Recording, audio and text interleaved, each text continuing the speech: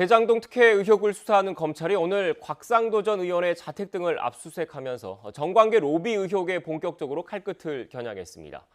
또 도이치모터스 주가 조작을 주도한 혐의를 받는 권오수 회장이 어젯밤 구속됐는데 윤석열 국민의힘 대선 후보의 배우자 김건희 씨를 향한 수사도 속도를 낼 것으로 보입니다. 검찰 취재기자 연결하겠습니다. 선효정 기자. 네, 서울중앙지방검찰청입니다. 네, 먼저 대장동 수사 속보부터 살펴보죠. 검찰이 곽 전 의원을 상대로 강제 수사에 나선 것 같습니다. 네, 서울중앙지검 전담수사팀은 오늘 오전 곽상도 전 의원의 자택 등을 압수수색하고 있습니다.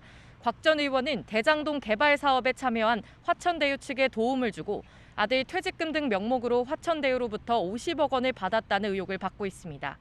특히 검찰은 곽 전 의원이 화천대유가 하나은행과 컨소시엄을 꾸리는 과정에 영향력을 행사했을 가능성도 의심하고 있는데요.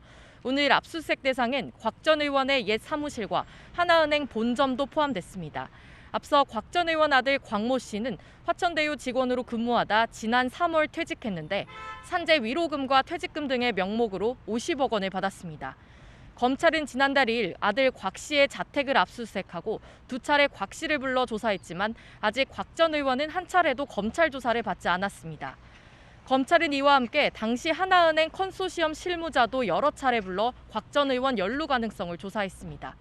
이런 가운데 코로나19 확진 판정을 받고 치료를 받던 유경필 경제범죄 형사부장 등 수사팀 5명이 오늘 업무에 복귀했습니다. 수사를 지휘하던 유 부장이 일선에 돌아오면서 검찰 수사도 대장동 핵심 인물들의 정관계 로비 의혹으로 확대될 것으로 보입니다. 특히 화천대유 대주주 김만배 씨와 천화동인 4호 소유주 남욱 변호사의 구속기한이 오는 22일까지인데 그 안에 이들을 재판에 넘겨야 하는 만큼 수사 속도도 빨라질 것으로 보입니다. 검찰은 곽 의원 압수수색과 동시에 오늘 오후에는 남욱 변호사를 구치소에서 불러 조사할 예정입니다.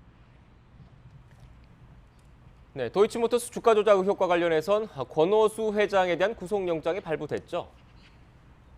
네, 그렇습니다. 법원은 어젯밤 자본시장법 위반 혐의를 받는 권오수 도이치모터스 회장에 대한 구속영장을 발부했습니다.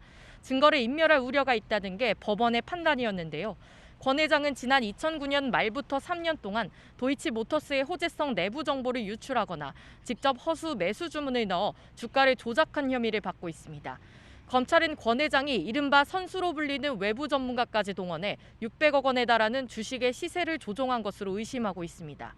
권 회장이 구속되면서 주가 조작 과정에서 이른바 전주로 참여했다는 의혹을 받는 윤석열 국민의힘 대선 후보 배우자 김건희 씨에 대한 수사가 본격화될 거란 전망입니다. 특히 권 회장의 지시를 받고 주가 조작의 선수 역할을 한 이모 씨가 돌연 잠적했다가 지난 10일 검거돼 구속됐는데요. 이 씨는 권 회장과 김 씨의 주가 조작 의혹 연결고리로 지목된 인물로 김건희 씨로부터 10억 원이 들어있는 증권 계좌를 넘겨받아 관리해 준 것으로 알려졌습니다.